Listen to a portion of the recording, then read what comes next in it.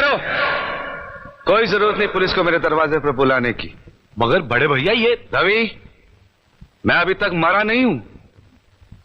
घर की छोटी मोटी उलझने मैं खुद सुलझा सकता हूं। साहब जी इन्हें डांटिए, अभी का अभी डांटिए। अरे छोटी मालकिन के गहने चोरी हो गए और ये लोग हम पर शक कर रहे हैं। ये लोग सोच रहे हैं कि वो गहने हम कहीं बेचा है।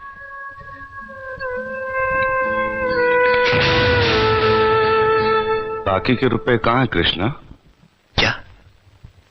क्या पूछा आपने साहब जी? मैं पूछ रहा हूं कि बाकी के रुपए कहां हैं? ये आप पूछ रहे हैं साहब जी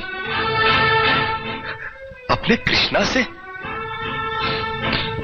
देखो कृष्णा, गलती हर इंसान से होती है।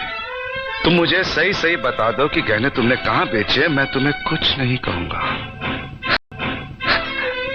अब कहने के लिए बाकी ही क्या है साहब जी? एक छोटा सा सवाल पूछ के आपने बहुत कुछ कह दिया है साहब जी। कृष्णा, बात को आगे मत बढ़ाओ। बात आगे बढ़ चुकी है साहब जी, बात आगे बढ़ चुकी है। अब तो आप पुलिस को ही बुलाइए। वो जब हमें कुत्ते की तरह मार मार के हमसे पूछेगी ना, अब तो हम तभी बताएंगे कि हम गहने कहां बेच कर आए साहब जी।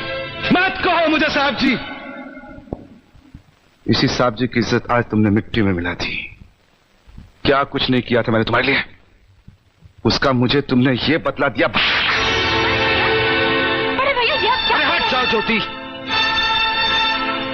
जिस दिन मेरी फैक्ट्री जलकर राख हो गई थी और मैं बर्बाद हो गया था, मुझे उतना दुख नहीं हुआ था कृष्णा जितना आज हुआ जब तुमने इस घर में चोरी की है।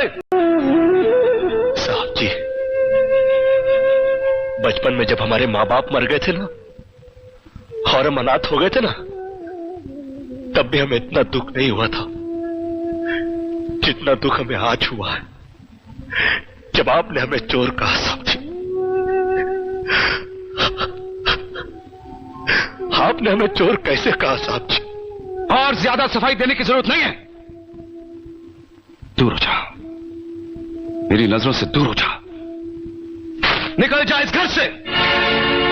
अरे इस घर से ही क्या, इस गांव को ही छोड़कर चले जाएंगे। अरे मुझ जनात का क्या है, काट लेंगे अपनी जिंदगी कहीं भी। इतने साल इस घर में बेफिक्री से ये समझकर काट लिए कि साहब जी का हाथ है हमारे सर पर। हमको क्या है परवाह किसी बात की, मगर नहीं, अब हम जान गए कि इस दुनिया में अनाथ का कोई नहीं होता। हम जा रहे हैं साहब जी और इस घर में कभी नहीं आएंगे। अभी निकल जा। दोबारा इस घर की दहलीज में कदम भी रखा तो मेरा मरा हुआ मुंह देखेगा तू। अरे नहीं नहीं नहीं, मुझ नौकर के लिए अपने दिल को दुख देने की कोई जरूरत नहीं। मैं कदम भी नहीं रखूं।